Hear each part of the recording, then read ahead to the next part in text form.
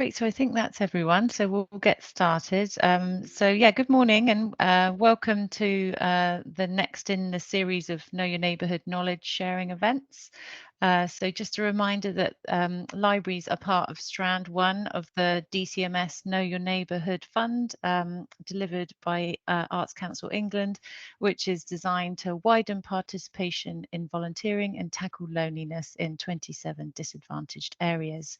So we have a packed agenda today, starting with an overview and analysis of the Know Your Neighbourhood projects from our evaluators ERS. We've got research findings from Nicola Currie, who's on a placement with us at Libraries Connected from the University of Edinburgh, case studies from 3 of our Know Your Neighbourhood libraries, and information on how to get involved in the national volunteering initiatives that are coming up in June. To start us off, we have Ray Blythe from ERS, who will be providing a detailed breakdown and analysis of the Know Your Neighbourhood project. So over to you, Ray. Good morning. Thank you so much for inviting me. I am going to attempt to share my screen, so please bear with me and I hope that this works. Can everybody see that okay? That's good. Fantastic. So I think it's really important just to start by saying that at the moment, we do not have as much data as we would like. We have not done any of our qualitative data collection yet either. So some of the analysis that I'm going to quickly talk you through is not as detailed or specific as I would like it to be. But just to recap, my name is Ray Blythe. I'm an Associate Director at ERS and I am leading the evaluation of Strand 1's Know Your Neighbourhood Fund. So we're collecting our data through 3 methods. That is our survey, which we have online and paper versions. That is the primary method. And that method runs across all 3 strands of the Know Your Neighbourhood project, which is why it is so important. We're also doing some interviews and focus groups with a sample of participants and volunteers, and also some interviews with a sample project teams. So be watching your inboxes. There will be some emails coming out to you in the near future for those of you that have been selected that we would love to come out and talk to some of your teams. So this is all going to culminate in an interim and a final report that will be showcasing the impact of the Know Your Neighbourhood scheme.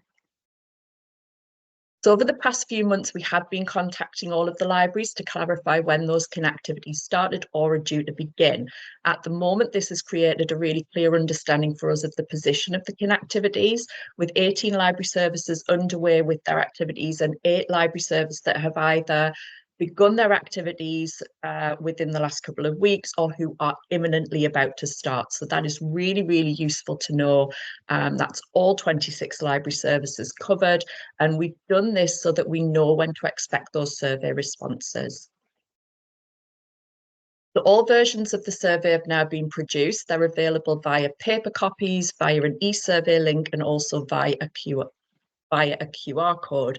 That does now include the Easy Read survey, which is the version using pictures, just to try and increase the accessibility of that survey. If anybody does not have access to any of those things, please do get in touch with a member of the evaluation team. Dan Walters is your library's contact. He's the one that hosts the monthly drop-ins. So either get in touch with himself or myself or drop into one of those monthly drop-ins and we'll sort out making sure that you get all of the things that you need.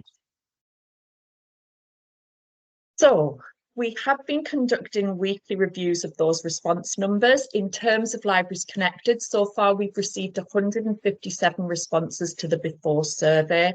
So this number is slightly lower than we've expected at this point. Reasons for this could include the accessibility issues of the survey, the pathway choice that libraries chose to use, and any kind of delays in delivery that we haven't really anticipated. So for those library services that have started that KIN activity but have recorded little or no survey responses, we are attempting to get in touch with you to understand why and offer any further support around that. It is really important that you do get back in touch with your Know Your Neighbourhood contact if we're trying to get in touch with you to understand the lack of survey responses. We are reporting this back to DCMS on a monthly basis, and we do get questioned every month as to why certain things are not coming in as we expect. Within the next 2 months, however, we do expect to see those response numbers increasing significantly. We believe that with the availability of the Easy Read survey, which took us a lot longer than anticipated to be produced, and also the rest of those library services commencing all of their activity within April and the beginning of May, that those survey responses will start to increase to the levels that we're expecting them at. So we have been starting to look at some of the demographic breakdowns of things, and this is what I'm going to take you very quickly through now. All of these figures are in relation to Strand 1 as a whole. So you can see there, Libraries Connected was awarded, Libraries Connected awarded, sorry, I'll need to put my teeth in this morning.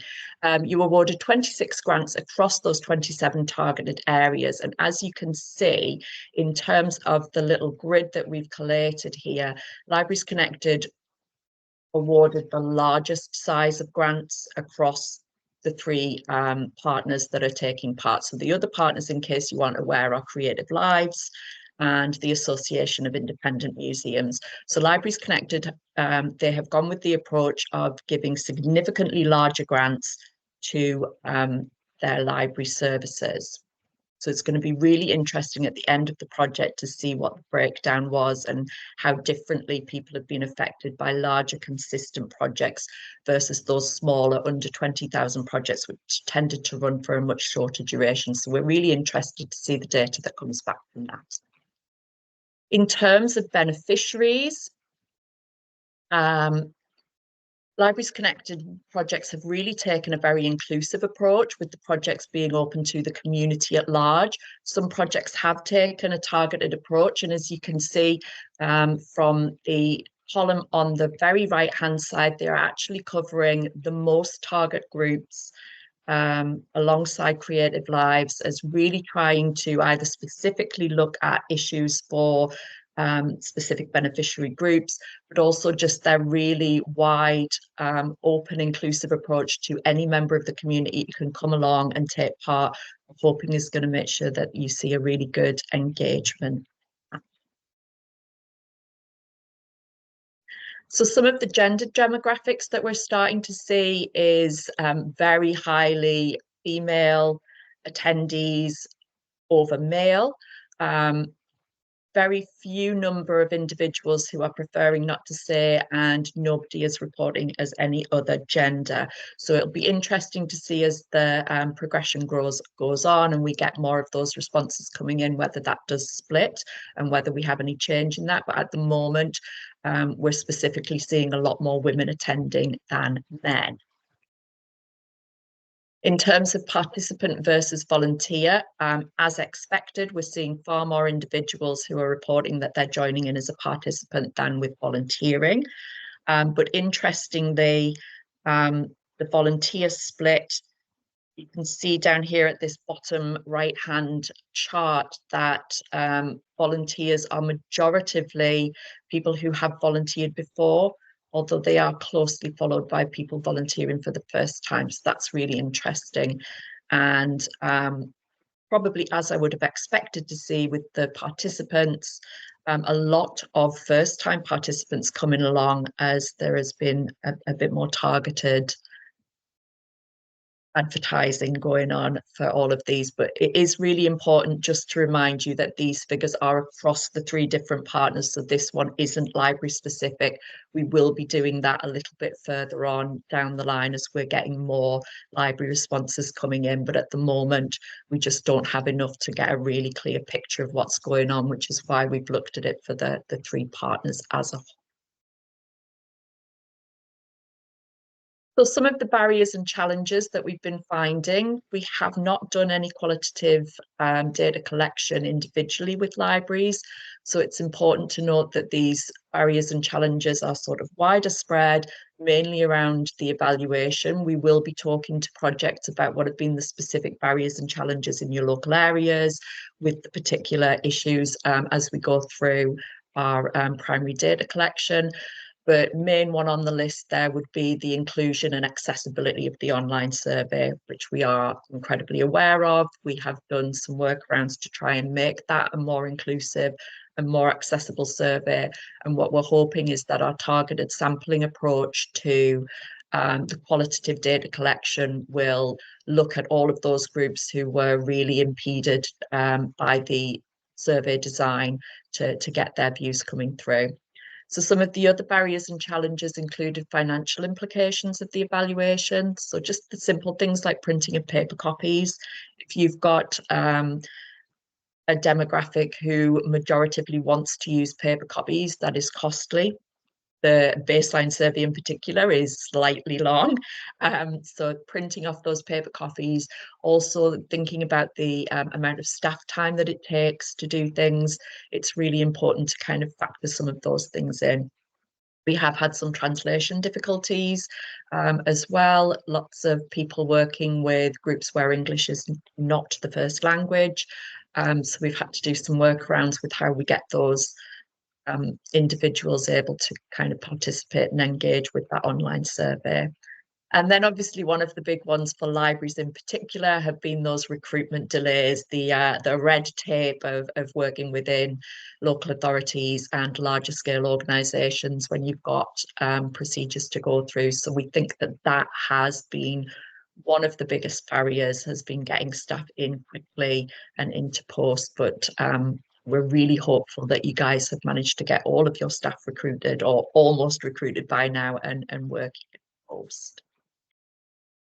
So some of the highlights that we've been hearing, and from my perspective, I just want to say thank you so much. We have had fantastic interaction across Strand 1 delivery organisations as a whole, but with the library services in particular, really amazing engagement with the evaluation process, people coming along to the workshops, asking really great questions and being really challenging. That's really important to my evaluation team, that we are challenged where we are not as accessible or as inclusive as we would like to be, being challenged around how are we making sure that we're accurately recording that data, all of those things. So thank you so much for all of the things that you have done to engage with us. It is going to help us to create a really robust piece of data at the end of this.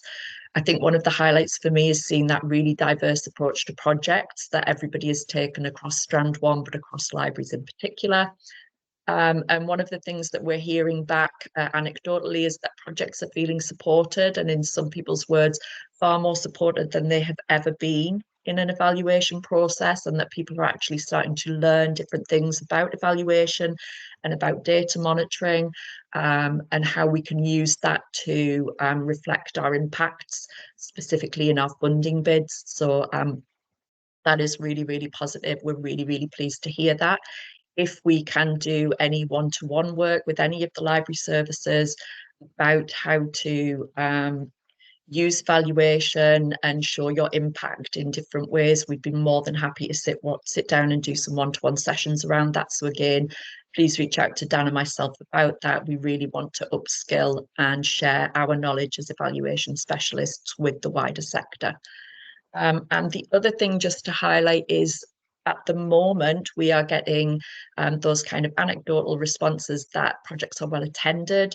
There's lots of positive feedback coming through in those projects. People are engaging really well. So that's really, really lovely to hear. And we're hoping that we'll start to collect more of that information across the summer as we come out and do some of our attendance at your events and speak with your delivery teams.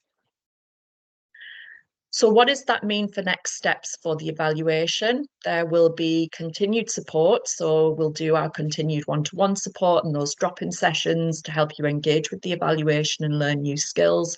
As I've said, please do get in touch if there is anything specific that you would like to discuss. And that doesn't just relate to the KIN projects. If you've got other projects that you're running, other programs that you're running, and you're thinking, oh, would this be able to work? There's some slight nuances and differences. How would we be able to do something similar? Please do get in touch. When I'm talking about evaluation, I am talking for all of the work that you do, not just KIN.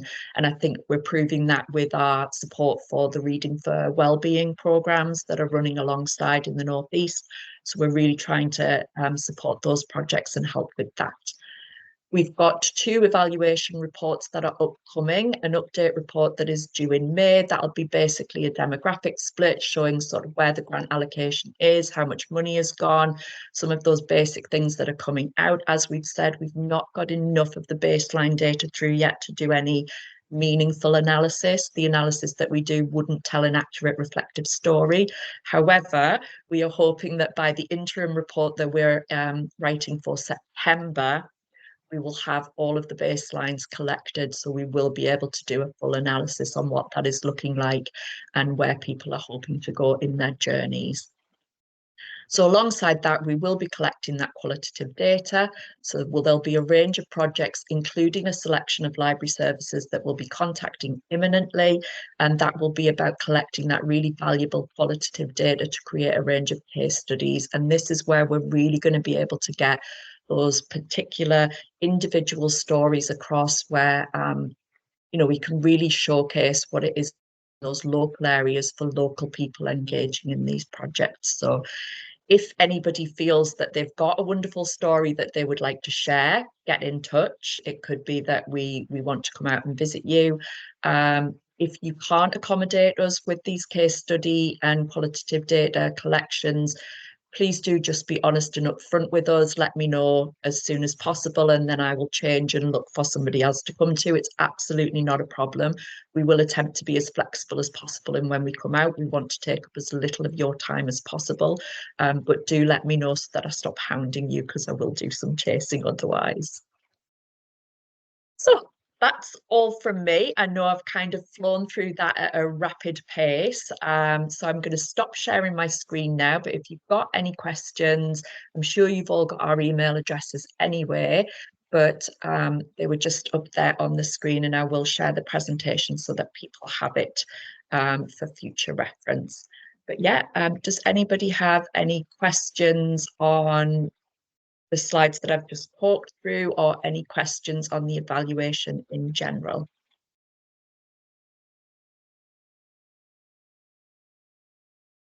I'll take silence as a good thing at the moment. Thank you so much, Ray. It's really wonderful to hear that libraries are feeling supported, and yeah, looking forward to seeing your analysis once more information starts to come through. Absolutely. Thanks, Ray. Yeah. No problem. Thank you ever so much, everybody. Have a lovely day. So next up we have Nicola Currie from the University of Edinburgh, who will be presenting findings from the older adult data of the Leverhulme Trust Reading and Wellbeing Project, which will provide insight on how reading can promote wellbeing. Hi, Nicola.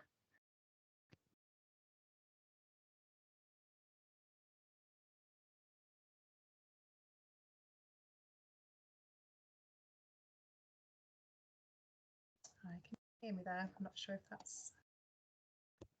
You're quite quiet, but we can hear you. Is that any better? It's still a bit quiet. How is it for everyone else? Might just be me. Try and talk loudly. Yeah. I can't hear much either. Oh, hang on a second.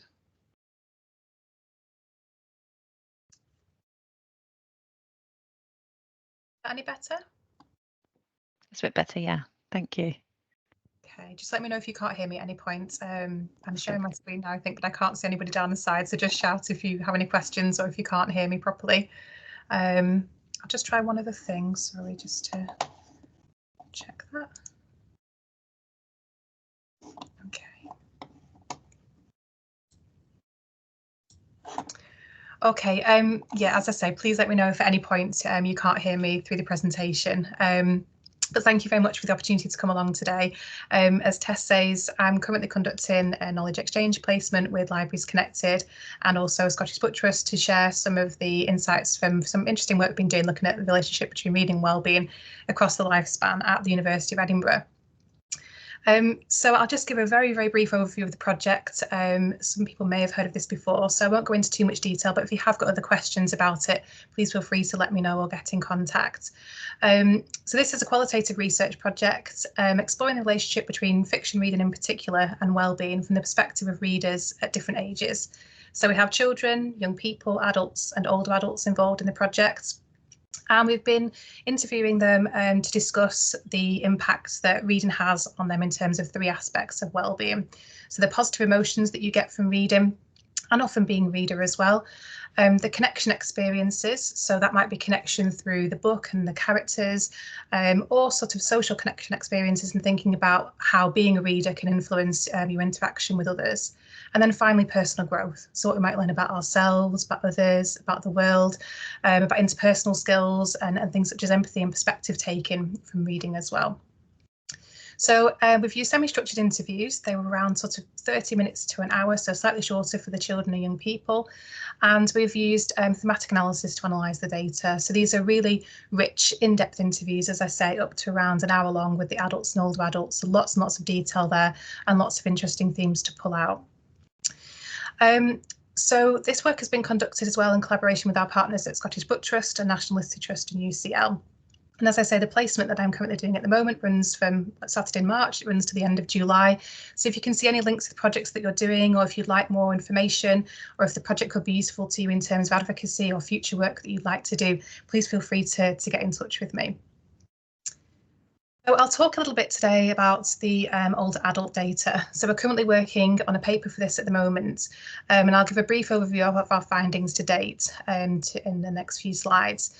But we also have condensed all of this data down into some summary resources as well. So if you'd like a short version of this, if you think this would be useful to you, or if you're interested in some reflective reading guides, thinking about the types of questions we asked our readers to think about during the interview, again, please feel free to get in touch if that might be useful to you. So I'll talk about the data in terms of our 3 areas of wellbeing. So the positive emotions, connection and personal growth. But I just wanted to put these 3 quotes up on the screen here because these really typify some of the key findings that we found for each of these areas of wellbeing. When we were talking to our readers about positive emotions, one of the things that came through really strongly in this age group was how their life just would not be the same without reading and how they really couldn't do without their books. It was a real key part of their life. And it just made me really think about that in terms of access to books and obviously the service that libraries provide. And just how relevant and how important that is at this particular stage in life. In terms of connection, there was a real sense of belonging, so connection with others and thinking about those interactions we have with others, but actually a real connection with the books themselves and how it again made me think about those experiences perhaps of loneliness and how sometimes reading can help to help with that as well. And then finally, personal growth. Again, you'll see in the data when I go into a bit more detail, older adults were selecting books that offered them opportunities for learning about themselves and reflecting about their own life and things that happened to them in the past, but also thinking about learning about others and the wider world as well. So looking at positive emotions in a bit more detail then. We had lots of positive emotions in relation to reading and being a reader. And I think many of these things that our readers were saying will be familiar to you. But hopefully, as we work through the next few slides, these types of having this type of evidence there in a report and documenting in a report together could be useful, certainly for sort of advocacy reasons. So we found lots and lots of wonderful examples of books providing nostalgia and comfort and humour as escapism, a sense of belonging, opportunities to travel, obviously not travel in the physical sense, but visiting places and finding out about them through the world of fiction. But the thing that really came through strongly when readers were talking about the positive things they got out of reading was just how they would miss reading if it wasn't part of their life. So some of the quotes that I've used on the screen there on the right hand side, we're talking about how essential reading was in this particular stage in life for our readers. There are also concerns over not just access to books, but also losing the ability to read, perhaps through losing your vision. And readers reflected on the different things they'd thought through that process and thought about the different options they might try if that happened to them. One thing to note was that the activity of reading itself was mood enhancing. So readers were often very sort of confident in the books that they enjoyed reading, and they knew what their choices were in that sense. But actually the activity of reading itself was helping to provide this comfort and this escapism and this sense of immersion. And just the act of reading was extremely important to our readers. There were lots of discussions of sad and adverse topics, and I think this age group in particular were drawn to books that really did make them feel something, really did offer those opportunities to empathise with the characters. And I think readers talked about this in the sense of really needing to be able to connect with the characters in that way, to experience that immersion, to experience that escapism.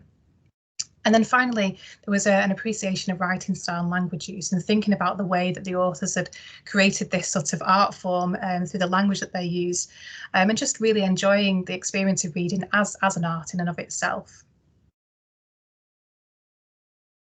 So thinking about connection, so with this we asked readers about connection with the books themselves, but also with other people in their daily lives. And I think maybe some of this is perhaps most relevant to the Know Your Neighbourhood project. Our readers had a really deep connection and empathy with the characters that they enjoyed, that in the books that they enjoyed. And just at the top of the screen there, the first quote in orange just indicates how our readers often spoke about the characters as if they knew them, or as if they lived a life with them through a book series perhaps, but also or in terms of like being an invested spectator in their life and being concerned about the outcomes for these characters. There was definitely a strong sense of books being company and offering sort of a one-way friendship.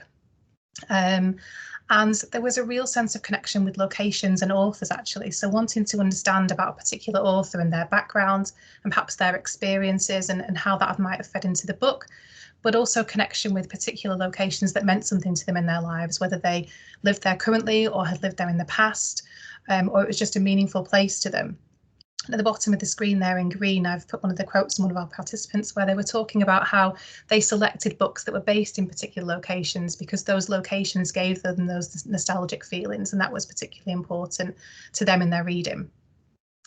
We also had lots of wonderful discussions about family connections being supported by reading. So this offered sort of a shared ground perhaps between older adults and their children, but also their grandchildren as well. And discussions with friends about books that they might enjoy reading. And a lot of this discussion was not really about the plot or the content of the book, but as you can see at the top on the right hand corner of the screen there in one of our quotes, participants were interested in what the book was doing for other people, how it made you feel, what was the impact of that book on you, and that seemed to be of particular interest. One thing we didn't ask about in the interviews but came up in many of the old adult interviews was this real hope that future generations will get the same enjoyment out of reading. Many of our readers had been lifelong readers and they were really, really keen to ensure that future generations had this experience and had this opportunity to get all these benefits that they had from they'd experienced in reading themselves. And then finally, personal growth.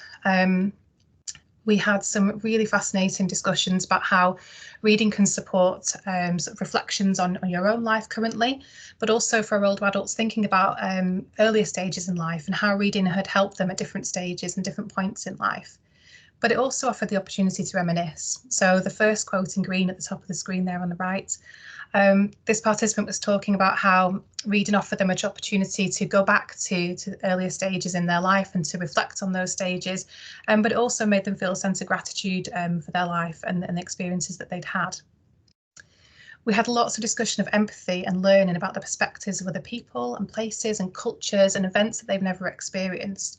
And sometimes this was in a sense of trying to understand perhaps the experiences of their parents and reading books that reflected the life that their parents would had when they were younger.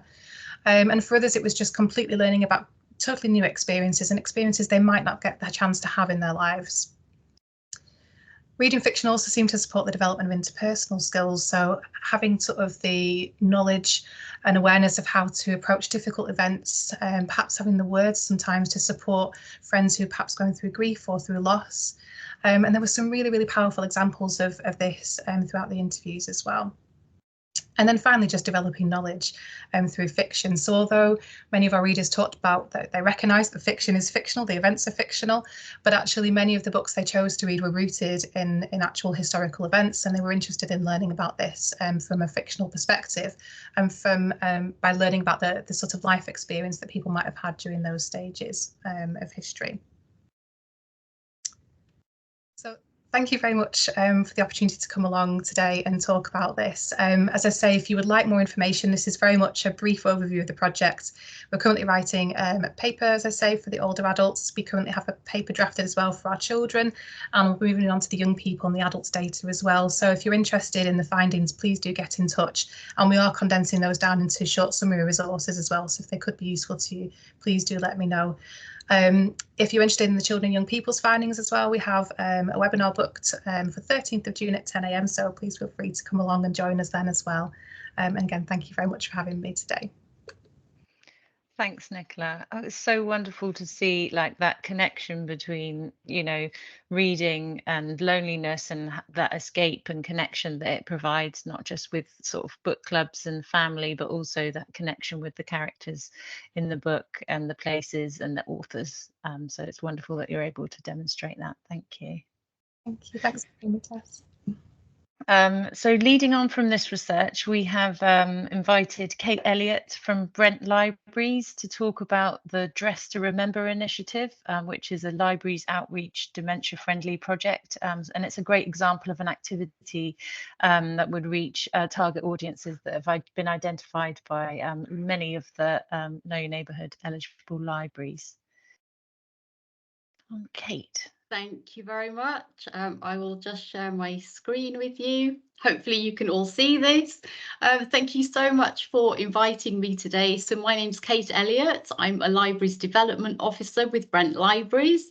And Dress to Remember was an outreach dementia-friendly project that we ran as a pilot between July and November 2023. I'm just trying to move my slide on. Oh dear. Oh, there we go.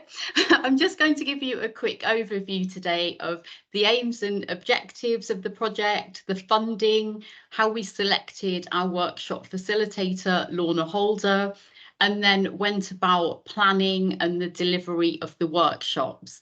And I will mention a few challenges that we came across along the way. So the main aim of the project was to support people living with dementia and also their families and carers through an outreach project. We wanted to stimulate memories and create conversations. And I think it's important to remember that this is a group of people in our neighbourhoods who can often feel very isolated. And so it's important that libraries are engaging with them. We also knew that partnership working would be key to successful delivery. So once we had selected the book that we wanted to use as the main focal point, we purchased multiple copies from our stock budget. And then we were very fortunate to receive funding from both Better World Books and from Brent Public Health. And the money from this was spent on facilitator fees and also publicity. We initially worked with the community organisation Elders Voice. We attended their daycare centre, and these were people from very diverse backgrounds, and they tended to have very advanced stages of dementia. Then later on in the project, we also worked with the Bhakti Dharma Centre, and these were residents from the Kutch area of Western India, and they had varying degrees of dementia. So we selected Lorna Holder as our workshop facilitator. She had a wealth of experience, including being a fashion designer and writer. And she had delivered a presentation for our libraries in 2023 around her book, Style in My DNA, which documents 70 years of British Caribbean fashion. The book contains some beautiful photographs, and so we knew that these would be a good talking point. And Lorna also has experience in working on funded projects, so we knew she'd be a really good person to work with. So we had, as a library team, we had detailed meetings in advance with both of the community organisations. We agreed times and dates very much to fit in with their schedules. And it soon became apparent that our libraries wouldn't be a suitable space to hold the workshops because the participants needed a quiet space and a familiar space. So once everything was agreed, we could then sign off the publicity. We decided to have a 1 hour workshop. And so each session was themed. So, for example, we had dressing for occasions, so weddings, parties, christenings. We held dressing to worship, dressing for work. And then each workshop, families and carers were encouraged to bring in photos so that the participants could actively get involved in the discussions, talk about their own photos. And then we also talked about photos from the book, Styling My DNA. So, for example, the gentleman you can see at the bottom there, he was very proud to talk about his time working as a doorman at Selfridges. So, you know, we heard some fascinating stories. We always had library staff supporting Lorna at the workshops, and then the organisations also provided staff and volunteers. So this really is a good opportunity for volunteers to get involved. We needed consent forms, not only for the collation of the photos, but also so that we could take photographs during the workshops. Many of the photos that we received were in quite bad condition, and so Lorna was able to use picture editing to clean them up for us. And you can see a selection of them here. At the end of all of the workshops, we had a wonderful celebration event held at Elders Voice. So the residents from the Bhakti Dharma Centre were able to get transport over to us. We invited various VIPs, including the Mayor of Brent, and Lorna produced a beautiful video which we played at the beginning. And it was set against music, and it included some of the participants speaking and then a montage of the photos collected along the way. We provided some catering, and we needed to take into consideration that many people with dementia also have other health issues. And so we included low fat and low sugar options, as well as vegan and vegetarian foods. And after a successful celebration event, our team were awarded a Director's Commendation Award, which we're all very proud of. You know, inevitably with any project, particularly a pilot, there will be a few challenges. For us, publicity costs were higher than initially expected, but the main challenge was actually concerning the consent forms, because many of the participants were unable to sign on their own behalf, and the families and carers were often reluctant because they weren't quite sure what they were signing and what the photos would be used for ultimately. But we put a lot of time in, and we did overcome that barrier. The other main challenge was that the whole project was far more time consuming than we had planned. You think, oh, one hour per week, but it's all of the planning that goes into it, the signing off of the publicity, and then the evaluation. So we were very keen to meet with the organisations throughout the project to also check that partners were happy, participants were happy, just to ensure that it was all running smoothly and successful. This slide just shows our performance. So across 12 workshops, we had 119 participants. We issued 40 copies of the book Styling My DNA, and these were on a long-term loan basis. And of course, our 2 community organisations also became 2 new active borrowers for us.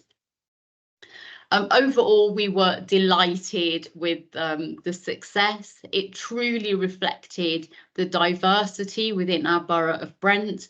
We were engaging with people from Iraq, Portugal, the Caribbean, India, to name just a few. And of course, the content all tied directly into the council's objective of a healthier Brent and also our social prescribing strategy. What really became apparent through these discussions was the similarities between people rather than the differences. And so that was really heartwarming for us. We would capture quotes at each of the workshops, just as a reminder of things that really stood out for us. And the quote at the bottom we particularly loved. If you want to live long, make yourself happy. These sessions are like a medicine for me. And that was from a participant to Elder's Voice. And of course, it very much reminds you about the role of social prescribing. So going forward, this pilot has served as a model of good practice. We are already looking into funding opportunities because we'd like to run another project that's larger and more creative next time.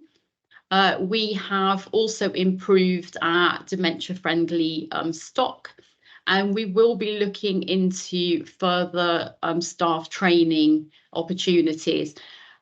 What really became very important for us was that you need to have the right staff with empathy and a consistency so that the participants gradually got to know you and they were seeing the same faces each week.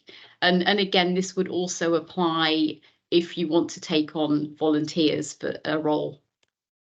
And finally, these are my contact details. So I hope that you've enjoyed listening to that. And if you'd like any more information, then please do get in touch. Thank you very much. Thank you, Kate. It just sounds like such an amazing project and well-deserved award winner, I think. So thank you for sharing the lessons learned there and how you overcame those challenges practically. Yeah, it's very interesting. Thank you, Kate. Thank you so much. Thanks.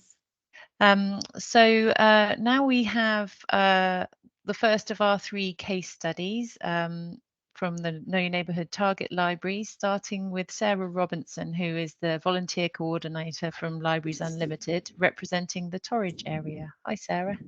Hello, good morning. So I do have a slide. Do you want to do the slides, Tess? Is that okay? Thank you. I have realised I have made it a bit clicky. So yeah, if we go to the first slide, thank you. Cheers. So here we go then. So we're Libraries Unlimited. We are an independent charity and we launched in April 2016, and we have actually 54 libraries across Devon and Torbay. We're also part of the Arts Council England, so looking for high quality arts and cultural events as well. My name is Sarah Robinson, as I said, and I joined Libraries Unlimited in January this year, so quite newly still appointed as a volunteer coordinator. And I actually work in the Torrington area, Torridge area, sorry, which covers, I've just put a little map on there so people can see. It's a very rural area. And I work with actually 5 libraries, Bideford, Appledore, Northam, Torrington and Holsworthy. And we are part of what's classed as the Rural 80. So this is where at least 80% of the population are living in rural settlements or in the larger market towns. So as you can imagine, this does impact on connections with the urban economies. By population, Torridge, between the ages of 50 and 79, the population is higher than in England and in Devon itself, and it's significantly lower in the percentages of those aged between 15 to 44. So that's the kind of demographics we have. As I don't live in the area, I live actually just over the border in Cornwall. I've spent a lot of time currently getting to know the area, meeting local people, getting to know the library staff, attending lots of community groups, youth clubs, creative arts sessions, council meetings. I've literally just been to whatever I can find. making links with other organisations who are sharing similar interests around the loneliness and mental health in Torridge. And through the collaboration with TTVS, we've so far started a project called the Chatty Cafe, which is running today.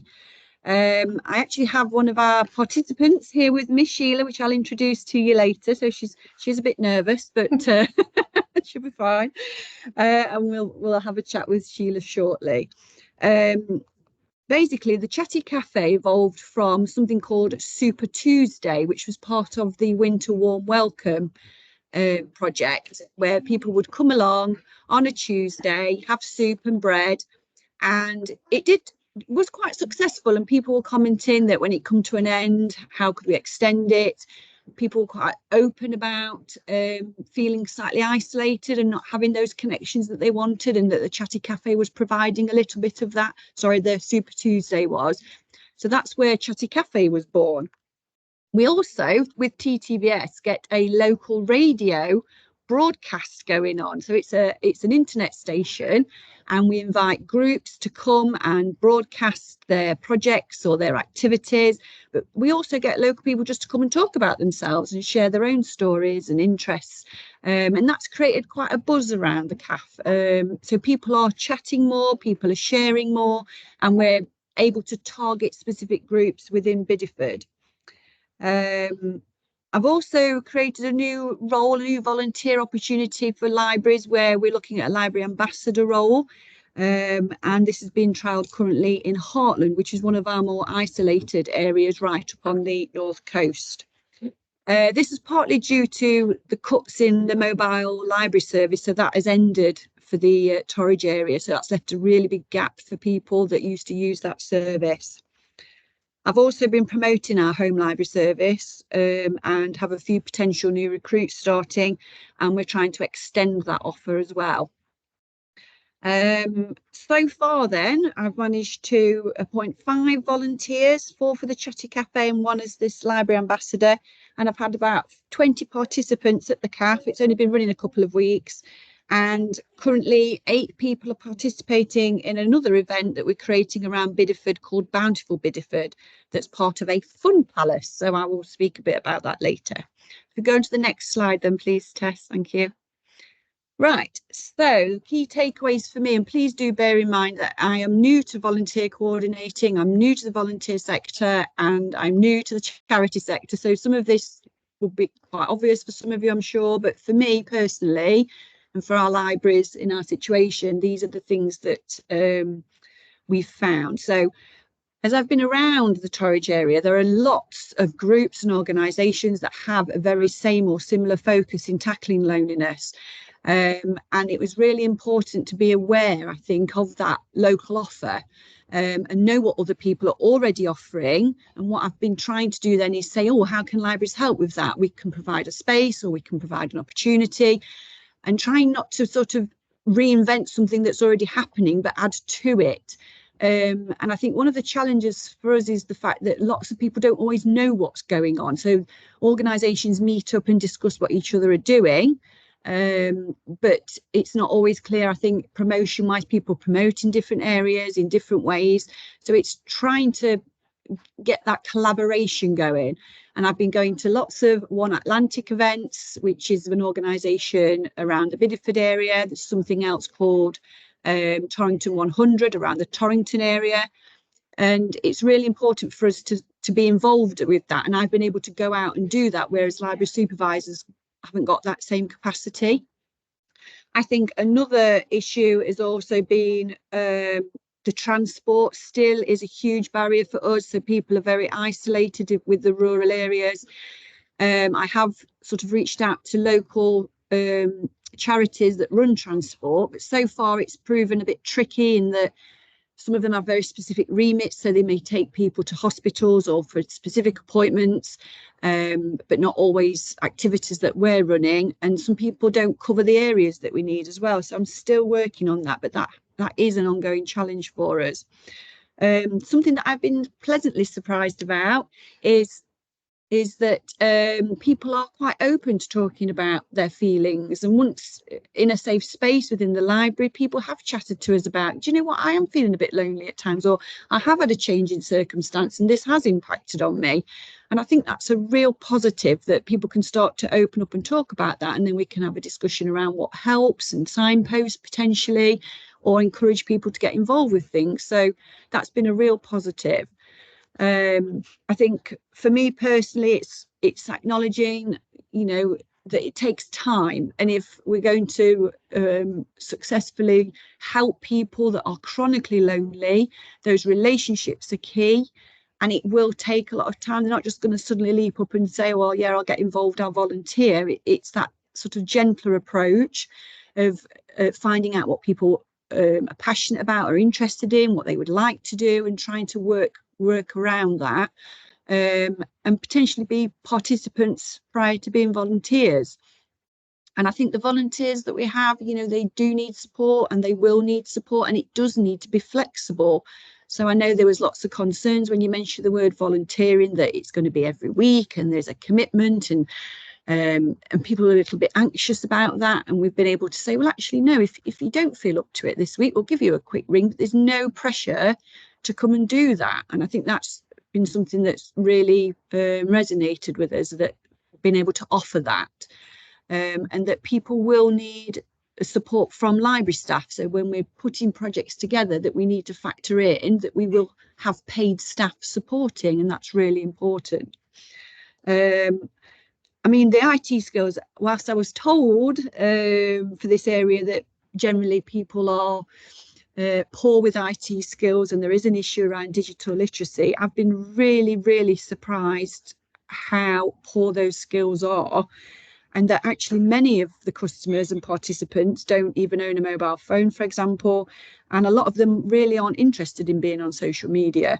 They do use the notice boards, so local council boards or local community boards, and generally word of mouth. So I have to really bear that in mind when promoting, that it is about going to where people are rather than expecting them to find us.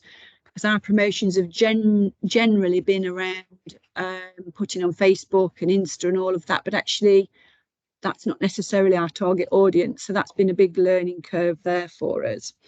Next slide then, please, Tess. Thank you. So just a quick run through of what future projects we have in the pipeline and what we'll be able to get some surveys in for, hopefully. I spoke quickly about the library ambassador role. That's actually a landlady at a pub in Heartland came forward, and she's really keen book reader. She runs a book club and wants to get involved with promoting libraries and doing fundraising events and helping us with that home library service offer. So that's something I'm looking forward to taking on.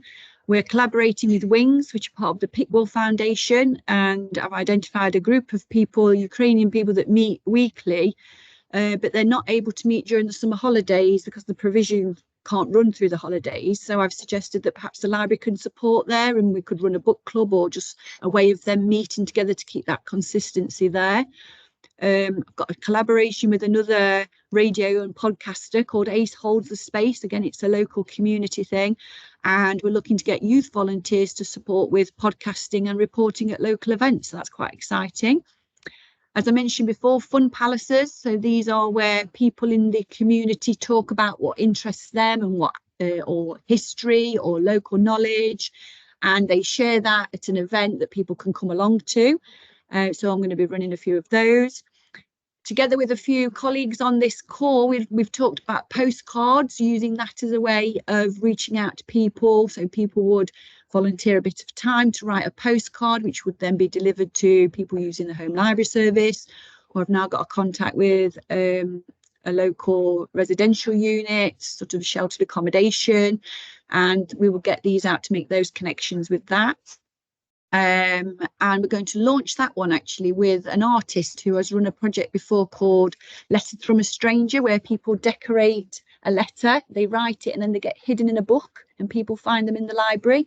So she's going to use this idea, but as part of a postcard, which will launch the project, and we'll target people to come and do that. Community makers is something I've been looking at. I know a lot of others, again, have been looking at these digital platforms or volunteer management systems, and I've put a proposal that I think for us, where we are at the minute, community makers would sit quite well. So I'm going to look at implementing that, hopefully going forward. And another collaboration with our local TTVS, our voluntary services, is they run a befriending project, which I think would link super with our home library service. So as people are going out that have been socially referred through social prescribing to meet people in the community, that can also then support us with delivering books to people through the home library service. So I'm hoping that could be a nice collaboration there. And to continue to find those ways of linking with community transport. So I've not given up on that, but it does need a bit more thought. Next slide then, please, Tess. So this was just a few comments from a volunteer and participants from our home library service. So Janie, who's a volunteer, she says that many of the customers are fairly isolated and look forward to a short chat with her. She has 5 customers and it takes around 3 hours every 4 to 6 weeks. And she chooses 6 books for each reader and delivers them, which she considers to be quite a small amount of time, bringing pleasure to a lot of people. And that's what we're trying to promote at the minute, the fact that it is flexible, it's a small amount of time, you can do it around your own commitments. And then one of the customers, which I think really links with Nicola's research, actually, because she did say that she looks forward to the visit and was delighted when the volunteer and librarian identified a book and author that she enjoyed and wanted to read more about. And she actually said, books keep you in touch with the outside world, which I thought was a great comment and a great you know, she obviously had reflected on that herself as well. And another customer, obviously, he was aware that we're losing the mobile library service and that the home library service is invaluable as they are cut off in rural Devon. Right, thank you. And then the last slide from me was just, this is a picture of our Chatty Cafe on our launch day. So we had ASDA come along as well. They've provided some cake and a community board. As I said, we had from the volunteer service, they've supported with helping us with volunteer recruitment. We also had our deputy mayor, soon to be mayor of Bideford, who's there cutting the cake. And there's also a photo there of the radio going live. And actually, Sheila, who's with me here, was telling her story live on that radio that day. So very thanks to Sheila for coming in, because she hopefully was coming to Chatty Cafe today, but I've dragged her in a bit early. So Sheila was coming to Super Tuesday, yes, and she's also part of Bountiful Bideford, the Fun Palace event. So she volunteers her time there, but she also comes to Chatty Cafe, and one of our people that we hope come every week, because she's super. So if you can just explain, Sheila, how you got involved and what it means to you, really, coming to the library. September of last year, I've got 3 grandchildren and 2 children of my own. It was the empty nest syndrome again, and I was feeling very lonely, wasn't sure what to do. And I think it was about November. My daughter had told me about the library. I popped into the library, came upstairs and asked if I could have a cup of tea up there. And Sadie said, yes, but you must, first of all, you must tell me your thoughts of Bideford. And I've lived in Bideford 60 years, so I've got lots of things to talk about. So then come January, I thought, right, January the 2nd, I'm going to rejoin the library, picked up some books, and then I got involved. There's a book club on a Wednesday. There was Super Tuesday. Now there's the Chatty Cafe. And from meeting those people, I met other people, and I've got places to choose now, and the library has completely changed my life.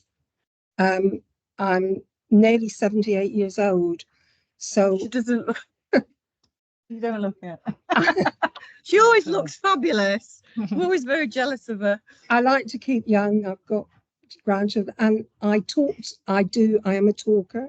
I talk to people on the bus, I talk to people through the park and tell them, you know, I've told a lot of people about the Chatty Cafe, and lots of people are going to come along. I was talking to a lady on the bus the other day, and she said how lonely she is. She's in a lot, nobody comes to visit and all that. So I've told her to come along to the Chatty Cafe on Thursdays. So that's it. Thank you, Sheila. Oh, great. And we're one of our volunteers was going to try and get back, but he's had to go off to the work club, and he's won't mind sharing with me. When I asked him, I went to visit the work club in the library, because that's another thing we offer on a Wednesday, and I mentioned the Chatty Cafe and needing volunteers, and he said, oh, I'd like that, and would I be able to put it on my CV? And I said yes. He said, because being a volunteer at the library is like Kellogg's to Sainsbury's own brands. That was quite a nice quote, which was lovely to hear, that libraries are held in such high esteem as well. So that's all from us. I hope that was okay, and thanks, Tess. I know you visited last week, so yeah, if anybody wants to contact me, that's absolutely fine, but otherwise, thank you very much. Thank you, Sarah. Absolutely brimming with ideas, and thank you so much, Sheila, as well. I know you were nervous, but it was lovely to have you come and chat to us. Yeah, I was lucky enough to visit Bideford last week, and it was a really amazing atmosphere there, and with the radio station in the corner. It was really wonderful to see everyone meeting up and chatting and enjoying some soup and cake. The cake is always handy. Thank you both. So next up we have Nicola Greentree from Cambridgeshire Libraries, representing the Fenland area. Hello. Hello. I'm going to try and share my screen. IT's been going really well up till now, so we'll try this. Hold on.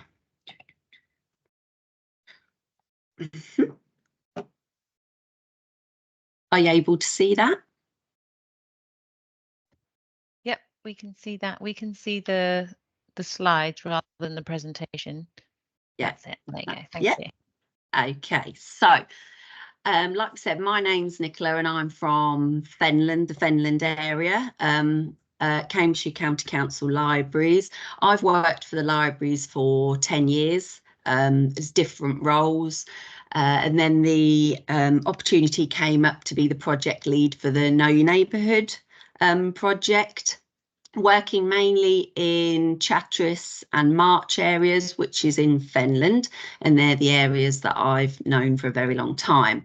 So I'm going to show you my slides. The first thing we decided, so I've been in this position since January, and the first thing we decided was that we really wanted to be recognisable. We wanted to have our own logo, and we wanted to use this logo throughout all of our promotional work.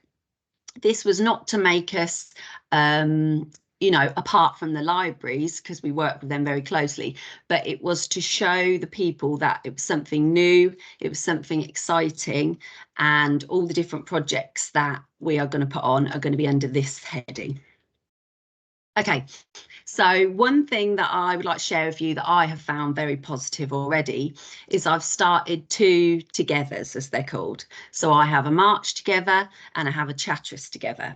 These are where local partners, local community groups, they can be for councillors, they can be anybody within the communities, come together, and we have regular meetings every 3 months. This has been the best starting point for me, especially. I come from March, so Chatteris, I wasn't 100% sure what was on there, what they were offering there, what were the different services that were available to Chatteris people. This was brilliant. March together, we have 30 odd different partners and community groups turn up. Chatteris, again, we've only done 1 at the moment, but we had about 18 turn up. Each partner community group gets about 5 minutes to have a little chat and tell everyone in the room what they do, which for signposting makes it amazing, for networking makes it amazing. And if I go to my next slide, so one of the first things I've put on, which was 2 weekends ago, was the Know Your Neighbourhood Community Cafe. Now, I couldn't have done this without having the support of the Chatteris together. So everybody from Chatteris together like I said, the community groups, the partners all came out and supported this. I ran it over 2 days. We decided 2 days because we thought that would give a better chance of attracting different people and giving people the chance to be able to come along. Many people work, like families and things, comes on the Saturday. So we ran it all day on Friday and we ran it on the Saturday. We saw 800 people through our doors over the 2 days. We gave out 150 goodie bags. I'll show you some photos in a minute, but this was an amazing event. For our first event, we decided to do leaflet drops. So we used some of our budget to leaflet drop the whole of Chatteris, because we were told that people who aren't on social media, people who don't look at bulletin boards, they like to receive something through the post. They feel like they've been invited to an event, which with some of the feedback we received was one of the things that we were told. I just want to say that these pictures were taken before the event started. So if you think, oh my goodness, there's actually nobody in the room, that is why. We decided to do goodie bags. So we did 3 goodie bags that we invited all local partners to put information in. So they were quite heavy by the end, but people really appreciated that. A lot of people sat in our cafe room and went through the leaflets, or they said, oh, we'll take these home and we'll go through the different things. I had about 10 partners come. As you can see, the U3A table was there. We had local councillors, we had the Fenland District Council, we had Health for You, we had lots of the NHS, Mind Charity, and all these people came along and they just set up a little table. They just talked to the community. They talked to the members of public who attended. We also had the library bus visited us, which was really, really popular. That parked right outside. Let's hope we don't get a ticket. And people went on board. The children loved to go on board. The community walked past and were enthralled by it, so they would come and have a look. We had a local band come. These people are from Cambridgeshire Skills. And I was mentioning that I was doing this cafe, and they said, oh, we'll come along and play. But they made a really good atmosphere and everybody really loved it. And my community board, which I've put up in Chatteris. Okay, so one of the ideas, from the event was, I would really like to find out what Chatteris people would like. As the lady before was saying, our biggest problem is we're finding that there's already lots of things on offer. Lots of groups are offering the same sort of things in the same area, and the people who are attending them don't want to keep attending the same things. So I think it's really important to find out exactly what the Chatteris people or the people of Fenland are looking for. So we asked them to do a love heart and stick it on our community board. So this is a selection of some that we had, and some were really good. Some were, they would like to see, you know, more shops, more high street, but obviously that's not something we could offer. But they asked for market stalls and things like that. Because I've done Chatteris together, I know the people who work for Fenland District Council, and I know the people who organise these sort of things, so I can pass that on to them. So it's a lot of not just working solely for the library, but passing on ideas so that we can see the community as a whole grow. So yes, this was some of the ideas. Another thing we did was we did a very simple survey.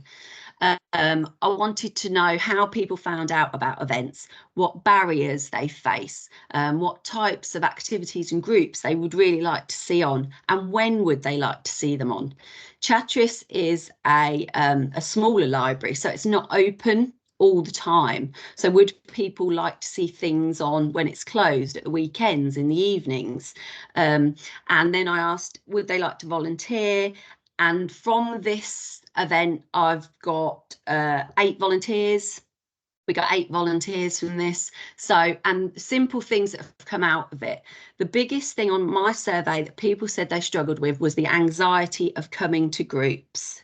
It was the anxiety of actually walking into the building. One lady, I think I actually collared before she was about to leave, but I didn't realise that. I said, oh, come blah, blah. And she gave me a hug at the end because she said, I got to the door and she said I was going to turn round because I didn't want to walk in on my own. And she's a lady who's offered to become a volunteer and be a sort of meet and greeter. So anybody else who has anxiety will know they will meet her at the door and she'll be with them all the time. So that's something we learned. There was quite a few that put down loneliness and anxiety of going to things. Social media, we've found out, is still the most popular way for the people to find out, which I found very interesting because the age range on the Friday was of the older age range, but a lot of them still put social media. I can't, hold on, I've got a minute. Right, and people wanted family events and art groups. They're the two things that seem to be asked. People like to be creative. A lot of people said they weren't creative at all, but would really like to join in with things like that. So they're the three things we're picking up on the moment. The survey's still out, it's online, and any events I'm going to do, I'm going to still keep passing it out because we got some really interesting ideas. Okay, so two things that we've already arranged before the survey. Oh, have I made that go wrong? Hold on. Let me just click down. So we were asked to start a dementia group. It was one thing in the community that the social prescribers, who again I'd worked together through Chatteris Together, had asked for. They get a lot of people ask for this sort of thing and had nowhere to direct them. So as Know Your Neighbourhood, we're going to start a dementia group, and we're also, which starts on this Saturday, we're going to do a SEND friendly library hour. So we're trying to reach families. We had a family come to the community cafe. The little boy's in a wheelchair, lovely little lad, and the mum said, I've got nowhere that I can take him. So we're doing an hour, 2 till 3, where the library is actually closed. So it's going to be a safe environment for these families to come along, talk to each other, communicate, and hopefully build a network. The volunteering side, we've been advertising the volunteering side all the way through. We've got lots of new volunteering roles. We're looking for family volunteers who will go into we've had a lot of interest from care homes who would like family volunteers to go in and read to their residents, take books into their residents, and things like that. So family volunteering.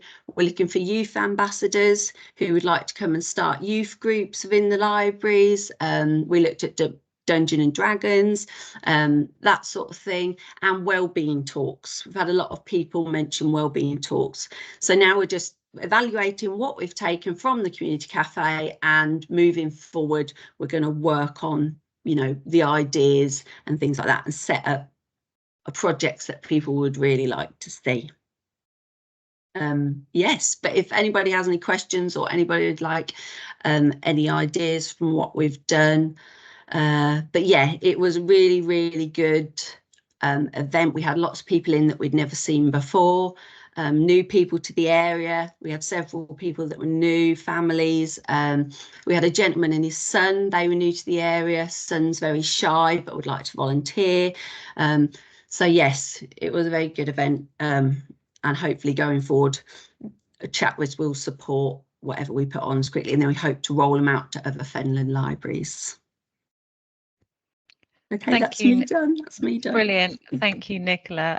Yeah, such a it's something that the Know Your Neighbourhood Project is able to do, is kind of provide that bit of resource so that you have got time to kind of look at the landscape, to understand the community, and to, like you say, like linking all those partnership organisations, understand what's already going on and how libraries can kind of add to that, build on that, provide a space.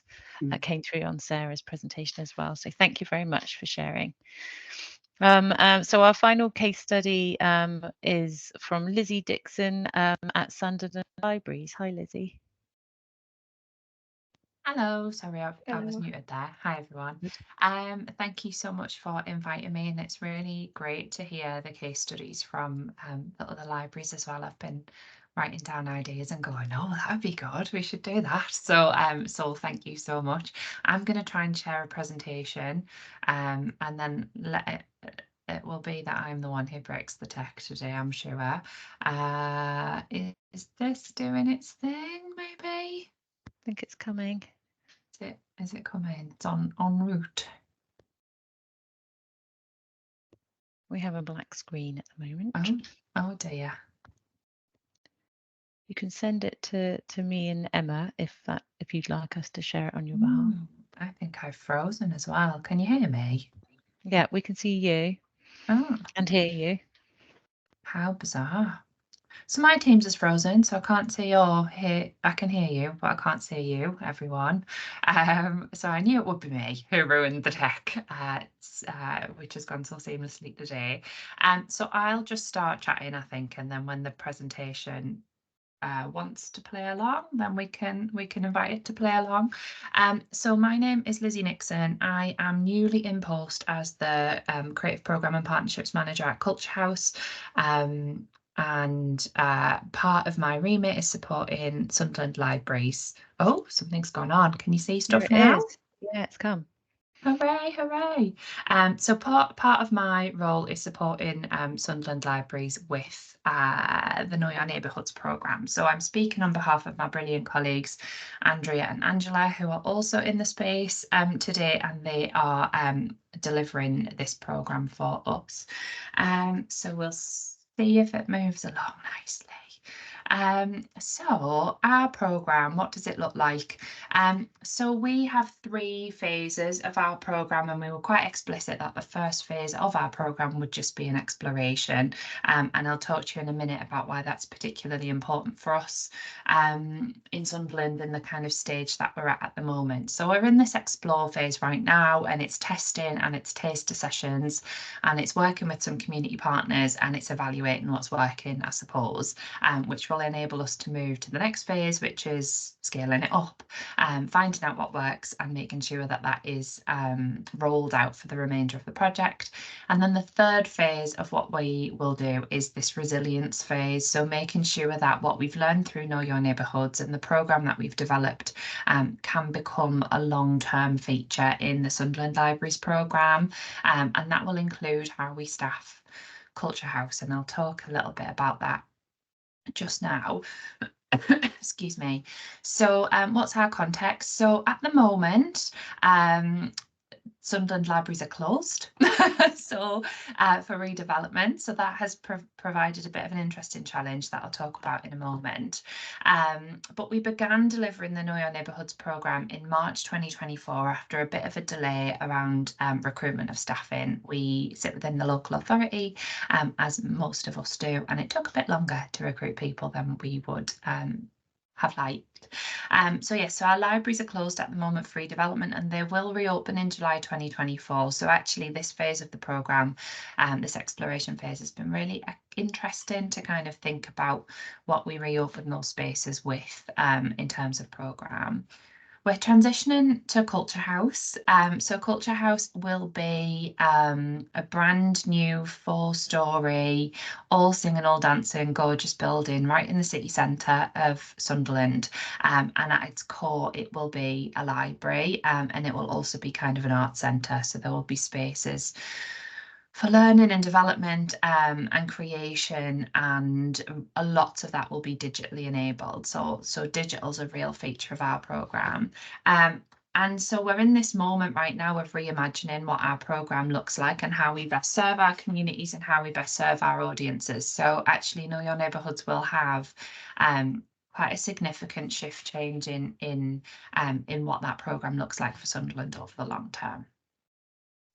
So at a glance, what have we done so far? I do feel like I need to do a shout out to my colleague Andrea, who has taken all of these gorgeous pictures through the Know Your Neighbourhood sessions that we've been delivering so far, and wanted to share them with you today. So what have we done so far? So we've recruited 2 engagement and volunteering officers. We had intended to recruit 1, but recruitment took a long time. We had a lot to do, and 2 really brilliant people were there on the day, so we recruited 2 instead. So that is brilliant. We've delivered across 6 venues. As I said, our libraries are closed at the moment, so we've been delivering in partner venues at the moment. We worked with 5 partners, so Together for Children, who run family hubs in Sunderland, have been a really significant partner, and then some community partners like Sharp and Building Blocks. The Museum and Winter Gardens has been a site for lots of our delivery too, and working with them to kind of align programme, that thing that many of us have said already about what's already happening and how do we make sure that we're adding value to that. And Barrow Libraries have partnered with my colleague Angela, who's on the call, on a postcard letter writing project as well. We've delivered 64 sessions so far since March, which is quite a lot in a short space of time. There's been 302 engagements of people in those sessions, and so far no volunteers, and I'll talk a little bit about that in the kind of challenges section. So as I said, it's kind of new. We're developing a thing from scratch, I suppose, in terms of what the programme looks like. So we've tasked Andrea and Angela with coming up with sessions that they have, you know, the brilliant expertise to deliver, and also that we think there will be appetite for. So in this first phase of testing some stuff out, there's been a range of stuff going on. So we've done some brush lettering sessions, we've done loads of story time sessions, some lots of craft sessions, the pen pal letter writing project that I've already mentioned, some digital artwork and some photo restoration, and they've been really interested in engaging older audiences in digital digital work. So what have our challenges been so far? So we were delayed with recruitment. So I came into post on the 1st of March. Andrea and Angela came into post in January. And that delay meant that we now have 2, a volunteer and engagement coordinator, so that's really good. Twice the bang for our buck there. We got lots of capacity to deliver some stuff. Not having our bases in the library has been the biggest challenge, I think, and I really, you know, openly will talk about why that is hard. So we're really excited about the libraries reopening in July and being really beautiful and equipped with more stuff that we can deliver with and from. But delivering in partner organisation venues hasn't been the most productive, I think, in part because we've not had access to our usual library users. It's been hard in the marketing to say this is a Sunderland Libraries programme, but actually no, it's not in the library. What has been good about not delivering on our bases, I think, is meeting new people. So we've met lots and lots of new families and older people through delivering with partners. And marketing around that has been a little bit of a challenge. So getting the marketing right, and I was really interested in the last presentation, the survey about where do you find out about your stuff. You know, there's just a bit more of that I think we need to do to get that marketing right. Reimagining the programme has been a little bit of a challenge. So Culture House, when it opens, will be really digitally enabled, I suppose, and we want to make sure that we're making use of digital in a really accessible and friendly way, but to engage communities and audiences in the work that we're doing. So we have been delivering some photo restoration work, which has been really, really popular with audiences and communities. We've been delivering some digital artwork, and I think some of the people who have come along to that have said, you know, I didn't think that this would be for me. I took a bit of a chance, I suppose, coming along to this session today, but I've really enjoyed it and I feel a bit more confident to try a new thing.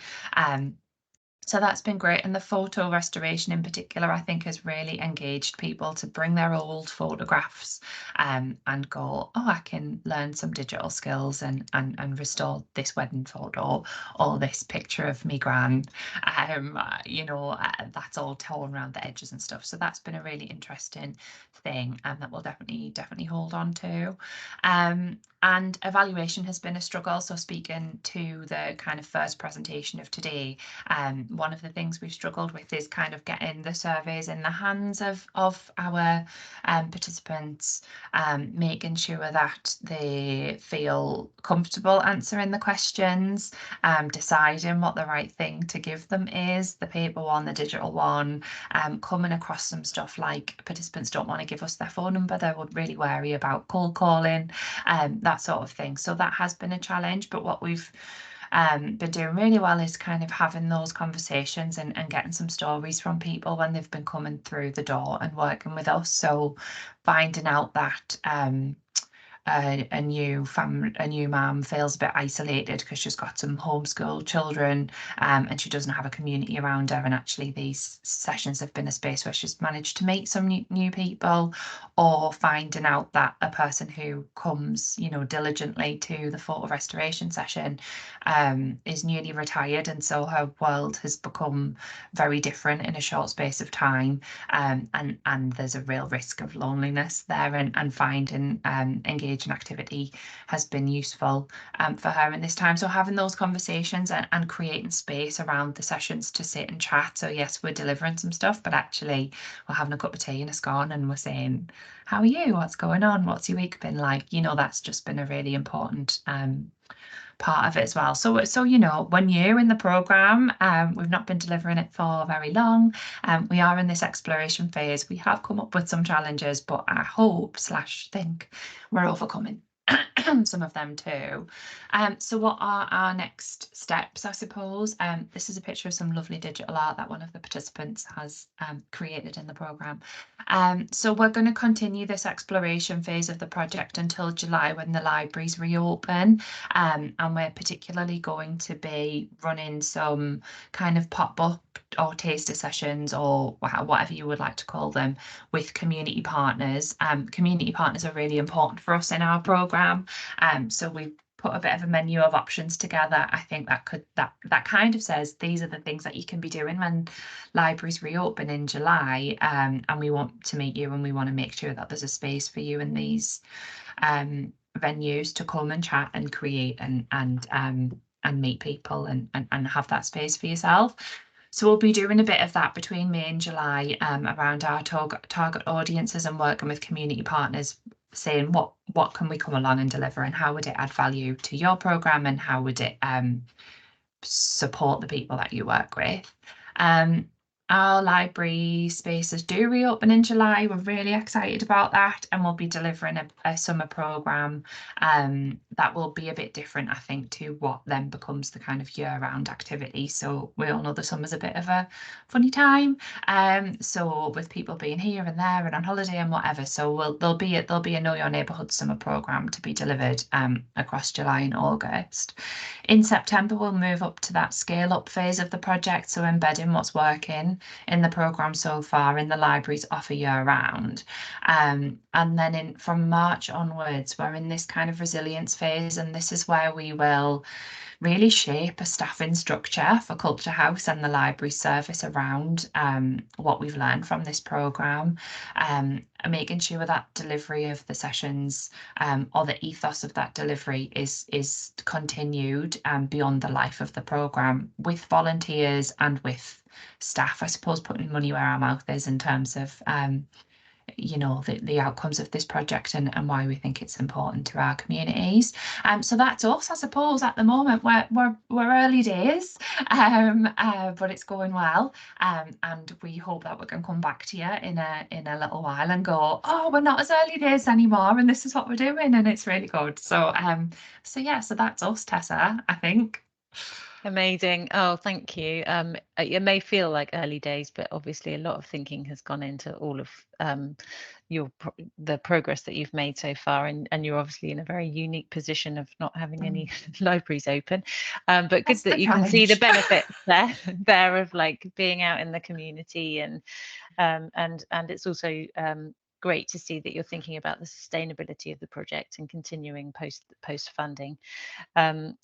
across all of the case studies, I'm just struck by how the variety of initiatives and ideas, and there's just no shortage of ideas. So it's really great to see those being implemented. Thanks, everyone. So this last section will focus on the national volunteering activity taking place in the lead up to Volunteers Week between the 3rd and the 9th of June. So I'd like to welcome Gethin Williams from NCVO, who will talk about the Big Help Out. Hi Tessa, thank you very much, and hi everyone. Thanks ever so much for having us today.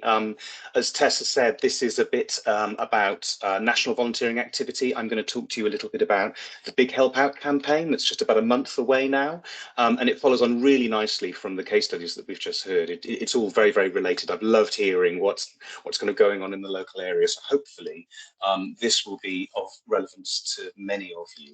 I've got a few slides. I'm going to try and share my screen. So bear with me. I think this should be happening. If people can see a normal looking slide page, give me a thumbs up or something. Tessa, could you, there you go, great. Thank you. I never know whether I've got these the right way around on this split screen thing, but there you go. Okay, thank you. So yes, as Tessa was saying, I'm a freelancer that's working for NCVO, National Council for Voluntary Organisations, on the Big Help Out campaign this year. My job is to help charities and other volunteer involving organisations to get involved in it. So like I said, it was lovely listening to the case studies earlier, and this is very relevant to any of you that have challenges in volunteer recruitment or volunteer engagement more generally, I suppose. I know how crucial volunteers are to libraries, particularly in recent years. So hopefully this is a helpful section that gives you some ideas for how you can use a national campaign like the Big Help Out to supplement all of the volunteer recruitment and engagement work that you're doing locally. So as I said, Big Help Out's taking place in just just under a month's time now. It's focused on inspiring new audiences in volunteering, trying to get more new people to come out and to consider volunteering or just supporting their local causes more broadly. It's not specific to libraries, but it is relevant to any organisation that wants to engage more volunteers or supporters. A number of Know Your Neighbourhood area are already involved. They're sort of hosting events or activities around the Big Help Out. Bradford, Blackpool, Great Yarmouth, Medway, Teesdale, and Wisbech in Fenland. Hi, Nicola. Are the 6 that we're kind of actively supporting. But today I'm just going to give you a quick overview of what the campaign is, how it works, how you can use it, and then there's an offer at the end if anybody wants a little bit more one-to-one support to think about how this might help them. So let's get straight on. Here's a quick overview of what the campaign is. So the context for this, as we all know, millions of people came out and volunteered and took part in something or helped their local areas during the pandemic, formally or informally. But as a sector, as a volunteering sector, we're experiencing something of a significant decline in volunteer numbers since then. It's a challenging recruitment and retention climate for lots of different reasons. Volunteering doesn't exist in a vacuum. Life is going on around us. So the Big Help Out is something of a response to this. We're trying to instigate a campaign that helps us to stimulate new interest in volunteering. So the objective is, as you see here, we're trying to raise awareness of volunteering throughout the UK and then provide really easy opportunities for people to get involved. And the Big Help Out gives a clear time scale for that. So we're doing something, as I said, in about a month's time, the Big Help Out weekend over the 7th to the 9th of June, Friday to a Sunday, and that's right at the end of Volunteers Week, and it aligns with Volunteers Week. So hopefully there's lots going on already that raises awareness of volunteering in your local areas, and a Big Help Out is a boost to that. It's a supplement to that. It's designed to be quite a light touch campaign. It's called the Big Help Out. It's not called, you know, come and volunteer forever for the next 30 years.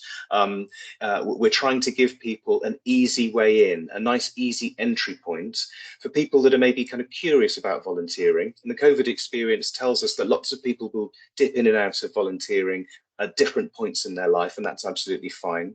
So the Big Help Out's a way to try and inspire those people to come out and try something new. And hopefully we, as volunteer involving organisations, can use that to create a more meaningful, in-depth, maybe longer-term committed relationship with them. So that's the focus, really. And in addition to an easy entry point, we're very focused on giving volunteers a really good user experience of how they get involved. And there's a clear call to action here on the 7th and 9th of June, as we say. So that's sort of how the campaign came about. In terms of how it works, there are two main elements to it. Firstly, there's a high-profile national media campaign. So I've got colleagues at the Together Coalition who are doing a lot of work to interest the media in volunteering, planting stories and messages around volunteering with national media, broadcast media, social media, and print media as well. And that's started already, and it leads up to this weekend that we have in the first weekend of June, and that's when it peaks, really. So you may have seen some of this already. There have been spots on The One Show and BBC Breakfast and quite a lot of ITV.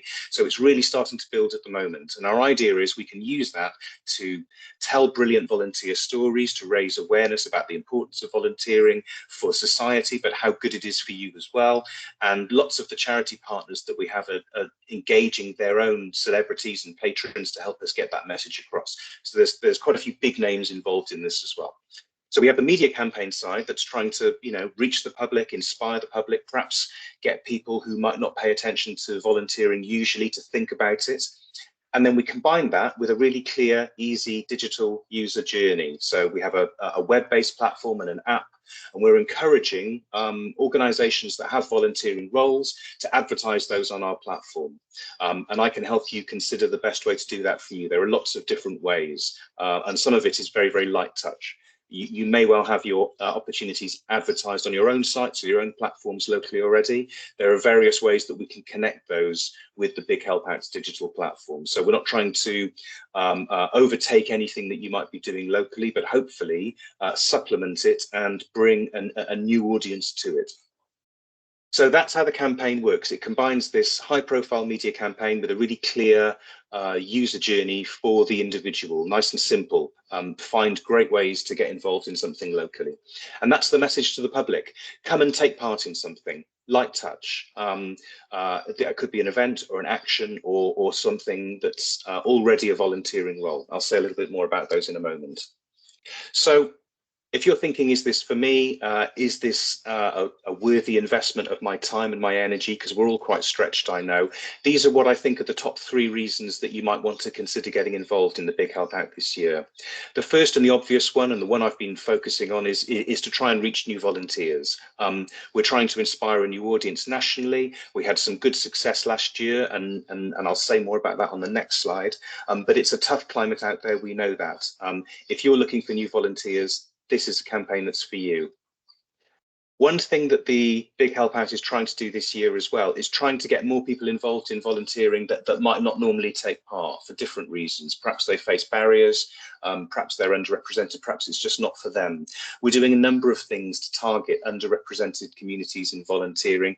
Our involvement with the Know Your Neighbourhood areas kind of stems from this basis, really. These are typically areas, as is designated by the fund, that has a bit less infrastructure and perhaps historically less resource to devote to things like volunteering or civic action. So that's why we're supporting those particular areas. So if your organisation is interested in trying to bring different types of people into volunteering with you, then this is a really good campaign to get involved in, because we share that aim. And there's a national campaign with assets and support that has a similar objective. So you wouldn't be doing it alone. It's a good time to invest in that kind of objective. And then finally, as we've been hearing, it's Volunteers Week as well. And we think that the alignment of the two together presents a really nice opportunity to create a bridge between any celebration and recognition activity that you might be doing for your existing volunteers with your own recruitment objectives as well. So if you are planning something around Volunteers Week and you're celebrating all the brilliant things that your volunteers are doing and perhaps putting that out into the local press or social media, what we would say is, why don't you have a bit of an offer on our Big Help Out platform as well? Advertise your roles there too, and then anyone seeing your Volunteers Week activity and inspired and wanting to take part and thinking, oh, I could do that, then there's a really clear call to action for them, something they can go and sign up to there and then. And hopefully the Big Help Outs media campaign will put that offer in front of more people than you might reach alone. That's the hope. So I said last year we had some pretty good success. This is sort of how it broke down. Last year was the first year of the Big Help Out. It's a post-pandemic initiative, really, and we polled the country nationally after the Big Help Out. It was right after the King's coronation, and this is what we learned. We learned over 7 million people told us they came out and took part in something, and about 6.5 million of those were people who said, yes, I found a volunteer role from it. So we're confident that we can reach big sections of the public. Some of the other stats here back that up. 1 in 3 Brits said they'd heard of the Big Help Out, over 100 million impressions on social media. So we're trying to create a new audience, and hopefully this shows us that an audience can be created. Our job then is to sort of bring that to you in some way. So the media campaign creates the audience, but it's our role as volunteer involving organisations to make sure there's a good offer for people once they get there. We had about 35,000 organisations that were sort of posting something onto the Big Help Outs national platform this year. We'd love something of that scale again. If you've got roles or events that you'd like to advertise, sorry, I might have dropped out there quickly a little bit, but are my slides still sharing? Yes, I think they are. Yeah, okay. We were good. Okay, great. If you've got something you'd like to advertise, we can tell you kind of how that works. So we're confident that the audience can be built, and with a bit of luck and some hard work and a can-do attitude, we can bring them to you. That's what we're trying to do here. So what does it look like? What could you do? Well, there are a few different types of activities that the Big Help Out is promoting, and here they are. So these are options for you, really. You could consider doing one or a number of these things. So firstly, let's talk about events. Events are, physical gatherings that you might be running probably on or around Big Help Out weekend itself. And it's an opportunity to give the public a really light touch, nice entry point into volunteering with you. It could be a taster session, so a nice gentle opportunity to try bits of volunteering with you, or it could be more about an information session. Simply come and turn up and learn more about what volunteering with us might be like. But something physical that people can kind of come to. It's a bit participative. A typical example of this in an area would be like a volunteering roadshow. Or a fair, possibly. A number of organisations, all with volunteering opportunities in one place, in a civic location, giving the public lots of opportunities to come and browse and find out more, something like that. If events don't appeal, or if that's quite a lot of work, you might want to consider developing a small action that you can advertise on our site as well. These are little things that individuals can do at any time. So lots of organisations, lots of charities are thinking about these in terms of little digital things that people can do, perhaps little bits of campaign support or things that people can kind of do online for you. Some national charities are taking a sort of citizen science approach to this, where you might ask the public to go out and do some data collection for you on a particular area. There are lots of different ways in which you can create a small action, and these suit people who might not have the time to come to an event physically, or for whom the event that you're running isn't at a time that's convenient for them. So actions are another way of thinking about creating new supporters through little things that they can do.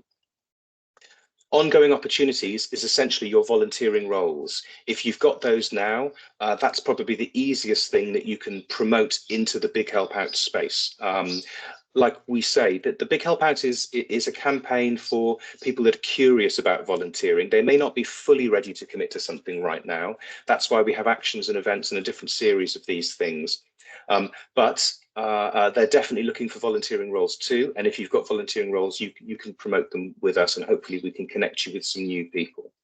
So regardless of whether it's an event, an action, or an ongoing role that you have, or a combination of those, the digital platform is the place to promote these, and I can help you to work out how to do that if you want some one-to-one support. But we also have a number of resources that you can go and explore this for yourself as well, and I'll finish just by outlining some of those. So there is a resource pack, VCSE, voluntary and community sector, social enterprise sector, but it applies to everybody. There's a resource pack that can talk you through many of the things that I've talked about, but answer more questions as well. There's a big FAQ section. There's some guidance on what we think are the best ways to engage people that don't typically get involved in volunteering. There's lots of information about the digital platform itself, with some videos and kind of how to use it, how to create an account, that kind of thing.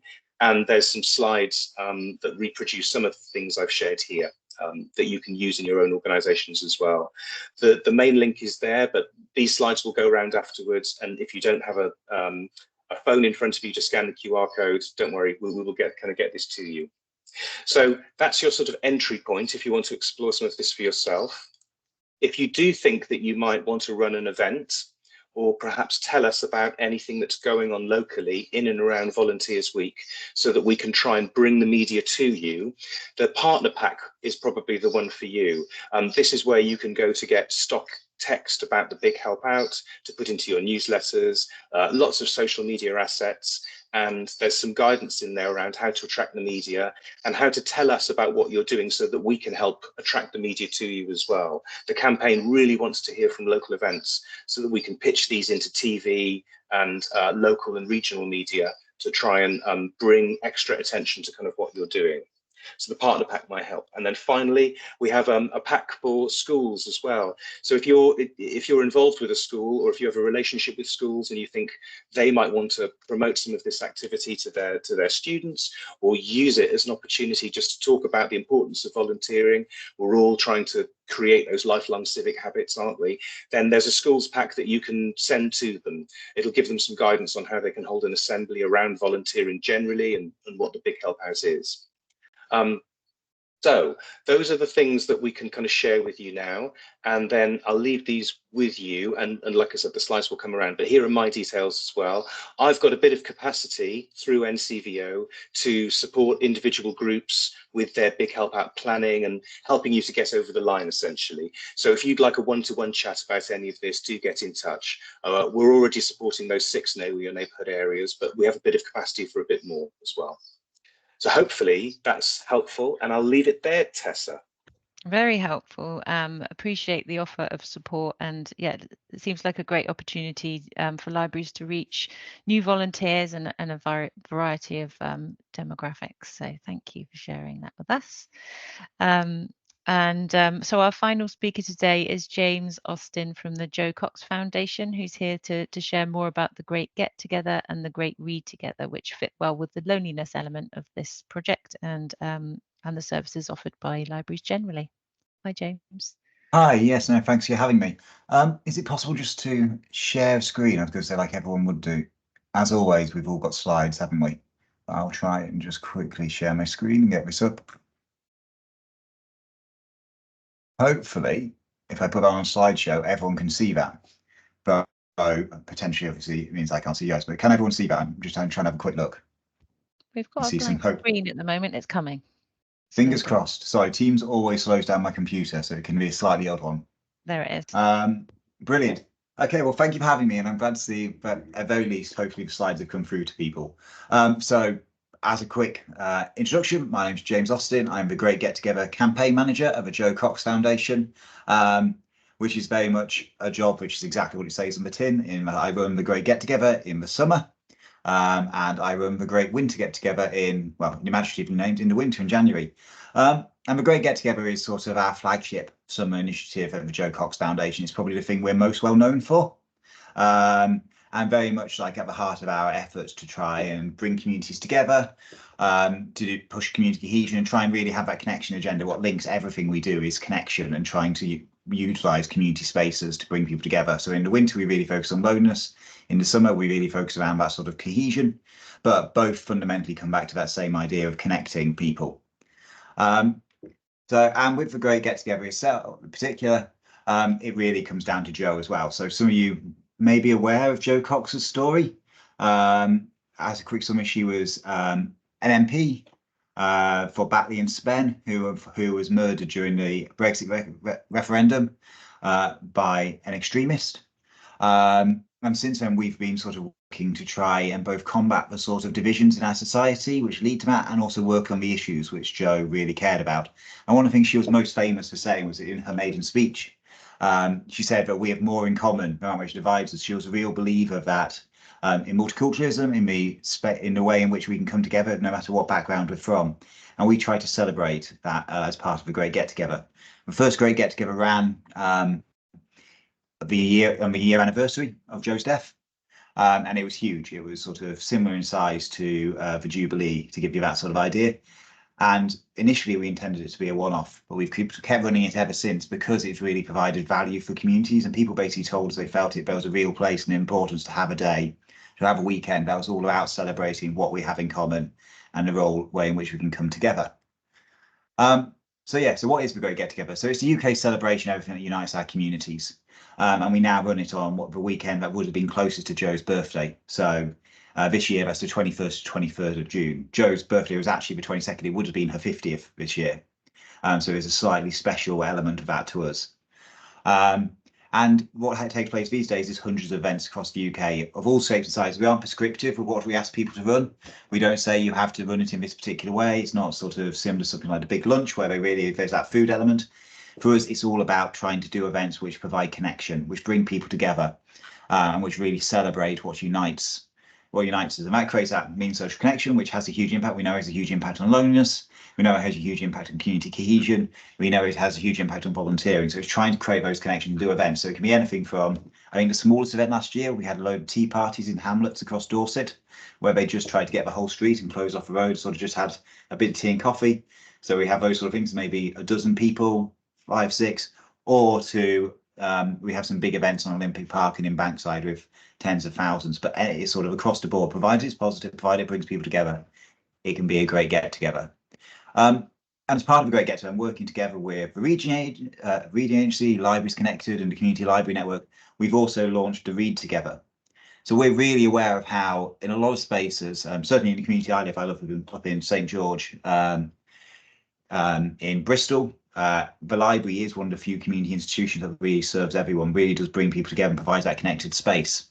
Whether that be obviously for places to read and write, to learn, but also, providing a warm space in many cases. We do a lot of work with Warm Welcome, providing outreach groups, and providing that real community centre. And we wanted to celebrate that as part of the Great Get Together. It's exactly the sort of thing we've been trying to push. So we're running the Read Together and trying to think of different ways in which libraries can get involved, whether that be sort of more in common theme story times. Quite a few did that last year. Book groups, knit and natter events, write together events. We had some fantastic workshops last year about poetry writing and bringing people together, or letter writing, sending good letters with a charity called, I'm trying to remember the name of the charity, my brain's gone completely blank. We have a charity which sends sort of letters to care homes to try and alleviate loneliness. But we've come up with a whole range of ways in which libraries can get involved to do quite simple things, but again, things which bring together a community and help people connect to each other. And we have a pack for the Read Together with a lot more ideas and that side of things.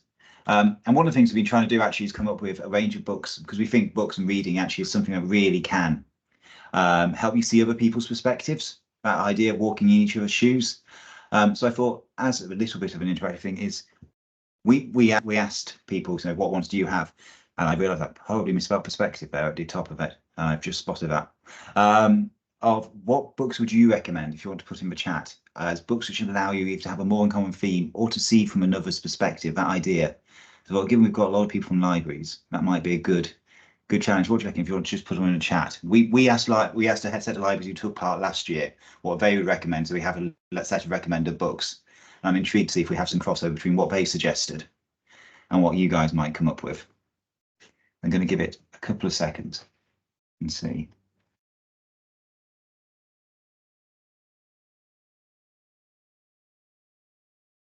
Try to see if there's any come from a chat.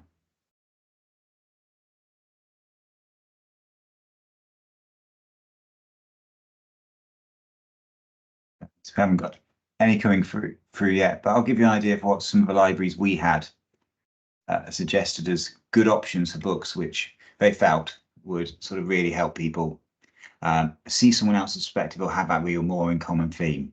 So we have Refugee Boy by Benjamin Zephaniah, which was very much, if anyone, I think was, certainly in my case at school when you were about 16, 15, that was very much a book which you really focused on to try and explore those different experiences. Nation by Terry Pratchett, Lois Lowry's The Giver.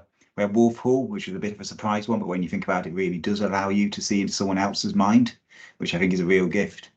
Yeah, Cage Bird in My Angelo, there's a whole range of different ones on there, but all of which with that ability of books and reading in libraries to help people to come together to really sort of understand others' perspectives and connect. And that's, again, what we're trying to encourage and kind of focus on as part of the, as part of the Great Get Together and the Read Together. And in terms of a little bit of a case study of how it takes place, sort of things we did last year. So we had a lot of walk togethers last year. It's another initiative we run with Refugee Week. Quite a lot of libraries ran this because a lot of libraries we know, which we work with, do sort of wellbeing walks from the library, sort of act as that centre for sort of social capital, creating connection. And we had one last year where people from Wensley in Royal Yorkshire Dales and Batley came together and just walked together. It was really simple, really easy initiative, but brought two communities together and helped people from different backgrounds to connect. We had similar walk-togethers took place in Dewsbury, where they visited different sorts of faith spaces in local areas. So went to the local mosque, went around to the local church, and went back to the library for a cup of tea afterwards. I'm really good at building those really simple initiatives that connect people together. So those sort of initiatives are the kind of thing we're trying to encourage and try and support and look at how reading and library sort of really can link people together. So it could be a walk if you've got a walking group ready, it could be an Nasa session if you're doing something like that. It could be a book group, story time, all of those things. We'd love it if you are doing something similar to that. We'd love that to be part of a great get together to really try and bring people together to make that more in common connection. And in terms of impact, it does work. One of the things we did a big report last year with Spirit of 2012, so you may know of as a sort of funder who really tried to encourage these sort of community connections. We found we had a lot of people who attended. 65% of people we surveyed said they were inspired to take part in volunteering in some sort of way, either in the local community organisation that they sort of gone to a great get together with, or just in general. We found, in terms of the loneliness agenda, we found 97% of those attenders said it really helped positively affect their health and well-being, which is really, really positive. And exactly the sort of thing. So coming to those events, and particularly smaller events, I would say, has a real impact. We found when we dug into those numbers and did a bit more sort of qualitative research, we found smaller events are really effective at getting people to connect with someone new and to have that positive health and well-being benefit. Because actually, if you had a massive event, you're a bit anonymous. There's 1,000 other people, you might only speak to the couple of people you've come with. Or smaller events really help build connection.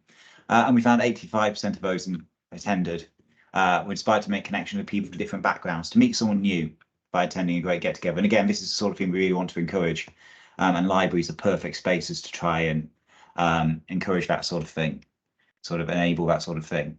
And what is it libraries taking part?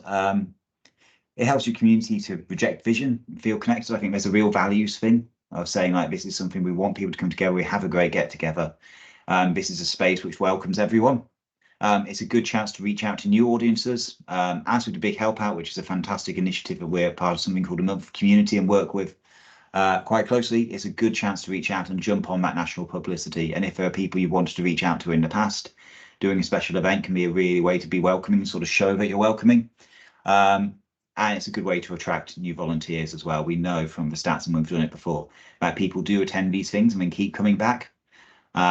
So yeah, we'd very much strongly recommend it from those perspectives. And I know, obviously, as they were saying from NCBO before, there's a real challenge around volunteering at the moment, and it's something we really want the Great Get Together to work to try and support libraries with doing. So how can you join in? So first off, run a Great Get Together. This can be a new event, which you do as part of the campaign. So something you may be thinking about for a while, something you think, oh, you do something big, and try and get people involved as a new thing. Or alternatively, something you do anyway. And we used to call, well, we occasionally call this sort of the bells and whistles approach, but it actually can be really effective. You've got an initiative you do already, you're trying to reach out, using something like the Great Get Together, but Big Help Out's also a really good option. But do it, which you're doing anyway, just putting some balloons on, putting a bit more advertising, say it's part of this big national event, come along, it's welcoming, make it look a bit different, can be a really nice way of getting involvement. So first off, we say run a great get together if you can. We'd love you to be part of it. If you do run a great get together, please register on our event on our website. It'll appear on our national map. We can then do a bit of publicity about it. We're going to be sending out press releases locally to every region to try and highlight which events are on. So if you are running something or doing something that sort of fits with the values we have here, please do register it. On the weekend, please share stories about what we have in common on social media. So even if you're not running anything, if you have some stories about a favourite book which you think really epitomises that great get together, story about more in common ideas. If you have any sort of stories you have about how people may be connected at your library, please do share those on social media. The hashtag is more in common. We'd really appreciate that, and it's something we can share again, and it's really create that impression that people coming together across the country and showing what we do have in common, rejecting division, and share it more generally in your community, in your local networks. Maybe you may not be able to do something with someone else's. We really appreciate that as well. And support-wise, as always with these things, we have a load of resources on our online toolkit. If you just go to the Jo Cox Foundation's website and Great Get Together, you can see it there. We're also running a set of webinars and local community lunches. The webinars are particularly focused on trying to provide skills for different organisations. So even if you're not running a Great Get Together, you're very, very welcome to it. We have one on how to bridge divides, where we're having experts from cohesion teams and Hope Not Hate, and a few local charities coming together to say about how they use events to try and bridge divides and reach out to new audiences in their local community. And we have a second one on from Spirit of 2012 for speaking, and York Cares on how they make their events sustainable. So how, if you do these one-off things, how you do recruit volunteers at them. And again, obviously that's applicable for the Great Get Together, but it is also applicable for anything that you do. And if people would like to come along to those, you'd be very, very welcome. Just have a quick look at our Eventbrite to sign up. And we have community lunches in Manchester, in London, and in Dewsbury over the next few weeks, which will be bringing together different community groups in those areas as well. So if you're in those areas and you'd like to come along and meet people who share the sort of more in common values, that idea, and working to bring people together, do let us know. And finally, we're always at the end of an email. So if you have any questions about anything I've said here, you'd like to see the slides, you'd just like to know a bit more, do drop us an email at greatgettogether at jocoxfoundation.org. And we are very much there to help out and support. That was a very whistle-stop and quite quick tour through Great Get Together and all those sort of things, and but hopefully gave you an impression of what we're trying to achieve with it and why we'd love you to take part.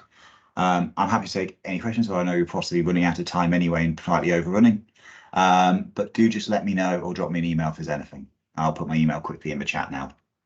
Thank you, James. Are you happy to share the presentation with us so that we can send it round after the meeting? Yeah, absolutely. I will share. Yeah, I'll send it over to you. Fantastic. So we'll finish up now, because I know that we've run over a little bit, but I hope that you found this interesting today. I've certainly got lots of notes here, and as always, if you need anything from us, just give us an email, and we will send out the presentations and the recording after the meeting. Thank you, everyone.